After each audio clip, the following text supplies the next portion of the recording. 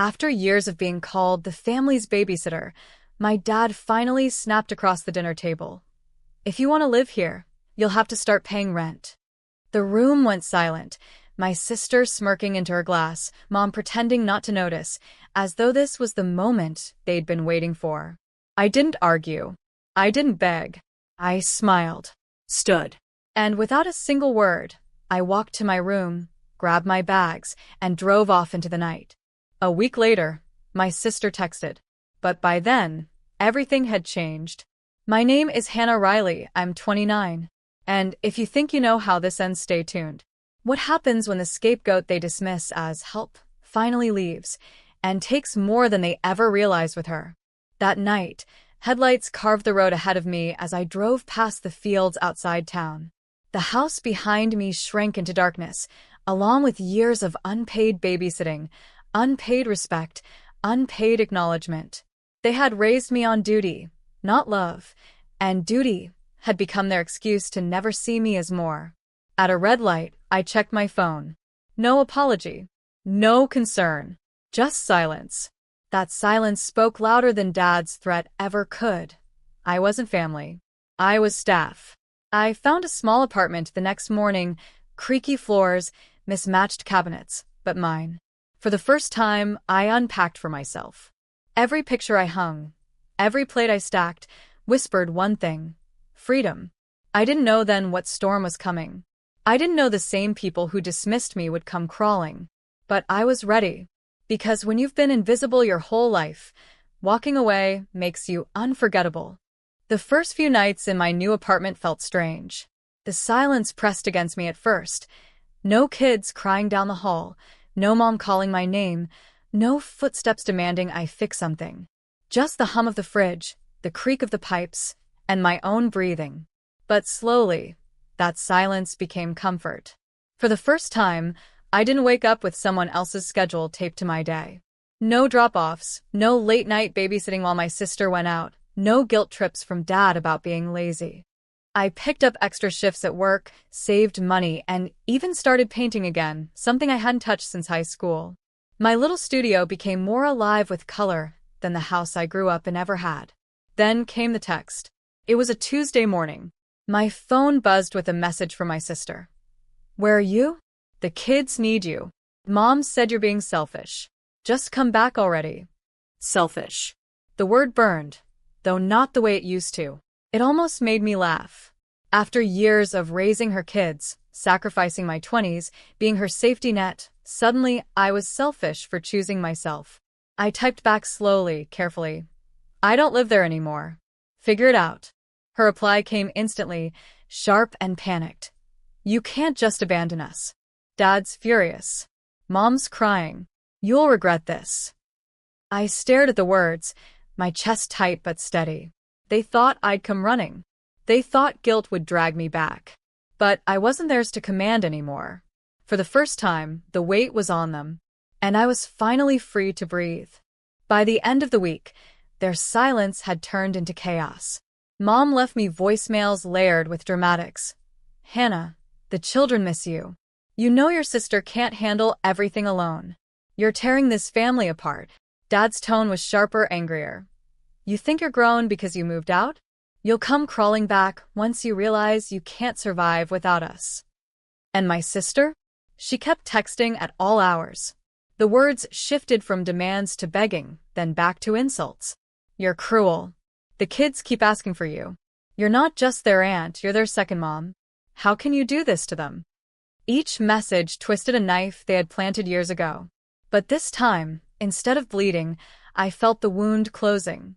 Because I wasn't abandoning anyone. I was giving back what never should have been mine to carry. One night, I sat on the floor of my apartment. My paintings leaned against the walls, half-finished but vibrant. I looked around at the mess, coffee cups, open sketchbooks, laundry I hadn't folded, and smiled. For the first time, the chaos was mine. It didn't belong to them.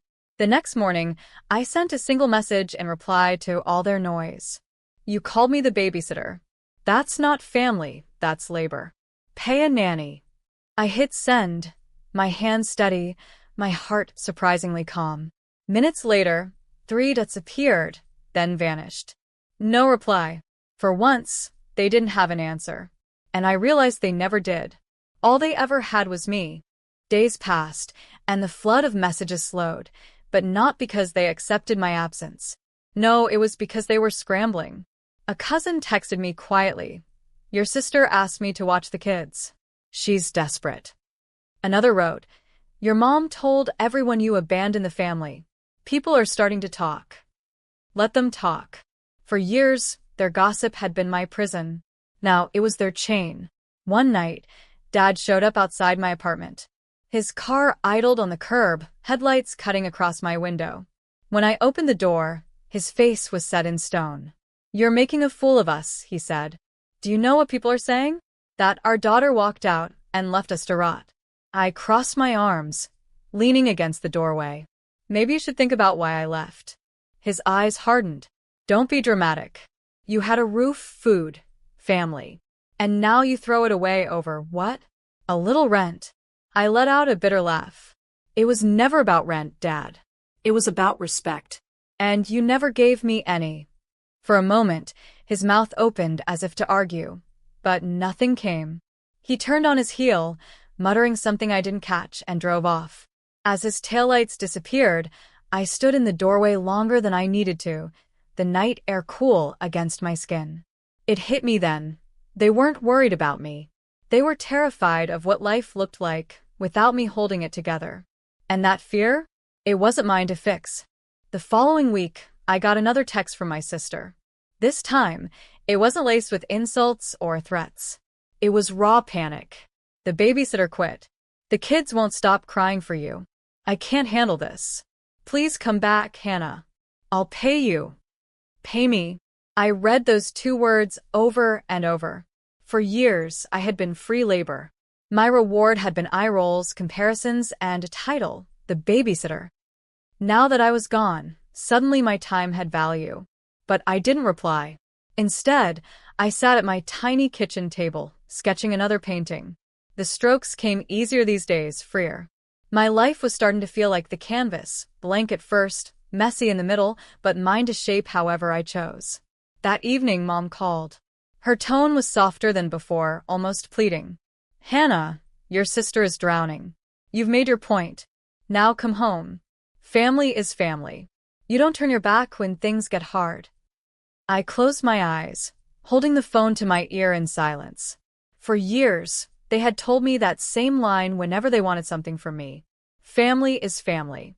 But I finally saw the truth. Family to them had never been love. It had been leverage. I lowered the phone and whispered, then maybe we were never family. I hung up before she could answer. For the first time, I didn't feel guilt. I felt weightless. They had built their world on my shoulders. Now, without me, it was collapsing. And I wasn't rushing in to catch the pieces. By midweek, the silence from their side was deafening. No more calls. No more guilt-ridden messages. Only the faint echoes of a family scrambling without its crutch. But silence has a way of speaking louder than words. I got the proof when a mutual friend pulled me aside at work. Your sister was at the grocery store yesterday, screaming at the cashier because her kids were running wild. Everyone saw it. She kept saying, my sister abandoned me. She ruined my life. Ruined her life. I almost laughed. I had given her mine for years, weekends, nights, birthdays. She had lived free while I bore the weight. And now, with that weight gone, she was crumbling. That evening, I sat by the window of my apartment, the city glowing outside, and let the quiet wrap around me. My phone buzzed with another message, this time from Dad. You've proven your point, but this family doesn't work without you. Come back, Hannah. Enough games. Games. That was what he thought this was. A performance. A tantrum. He still didn't see it. This wasn't a game. This was my life. And for once, it belonged to me. I typed a reply, steady and short. I'm not coming back. Then I turned off my phone, set it face down, and picked up my paintbrush. For the first time in years, the strokes didn't shake. Because this wasn't loss. This was liberation. And it was only the beginning. The fallout didn't take long to spread. Aunt Linda, always the family gossip, called me one afternoon. Her voice was hushed, conspiratorial. "Hannah, your parents are at their wits' end. Your sister's kids are out of control. Bills are piling up, and they don't know what to do without you." I let her words hang, waiting for the punchline. There wasn't one. Just silence. "Maybe now," I said softly, "they'll understand what I carried all those years." Aunt Linda sighed. "They won't admit it. Pride won't let them. But Hannah, they're scared." That night, I lay in bed staring at the ceiling, memories flooding back. Nights spent rocking crying babies while my sister partied, mornings cleaning up messes while Dad grumbled about my lack of ambition, afternoons spent tutoring kids who weren't mine while Mom scolded me for not smiling enough. They had called me the babysitter, the helper, the spare. Now, without me, their foundation was collapsing. The next morning, I posted a photo on social media, just me in my new apartment, paint on my hands, sunlight streaming through the blinds. The caption was simple: "When you stop being their safety net, you learn to fly." The comments poured in, friends cheering, strangers resonating, even a few cousins sending quiet messages of support. And somewhere I knew my family saw it too. They wanted me back in chains of obligation. Instead, they were watching me soar. And the higher I rose, the smaller their world looked beneath me. The wedding anniversaries, the birthdays, the family barbecues, they went on without me. But something had shifted. The smiles in their photos looked thinner, the celebrations smaller, the comments beneath their posts sharper. People noticed. People whispered. I noticed too, not because I cared, but because their absence no longer burned me the way it once did. It was a cool distance, like watching a storm roll over someone else's horizon while I sat safe inside. In my apartment, life unfolded gently. My daughter's laughter filled the walls when she visited, my paintings dried in messy stacks, and the quiet I once feared had become my greatest comfort. Bills were mine to pay, yes, but so were the rewards. My independence. My choices. My joy. One evening, Mom's number flashed on my phone. Against my better judgment, I answered. Her voice was cracked, weary. "Hannah, we need you. Your sister can't do this without you. Please, just think about coming home." I let the silence stretch before replying, calm but unshakable. "Mom, I did think about it. For 29 years, I thought about it. And the truth is, I was never home there. I was labor. I was convenience. I was invisible." She sniffled softly. "We didn't mean." But I cut her off. "You did. You all did. And I finally believe you." I ended the call, my hands steady, my chest strangely light. Later, I opened my journal and wrote, "Family is not the people who demand you carry them. Family is the ones who walk beside you when you're carrying yourself." I closed the book and set it beside my newest painting, a sunrise bleeding over rooftops, warm and endless. That night I didn't cry. I didn't ache. I simply breathed, free in a way I never thought possible. They had called me the babysitter, but I had become my own keeper. And the keeper of my peace never gives it away again.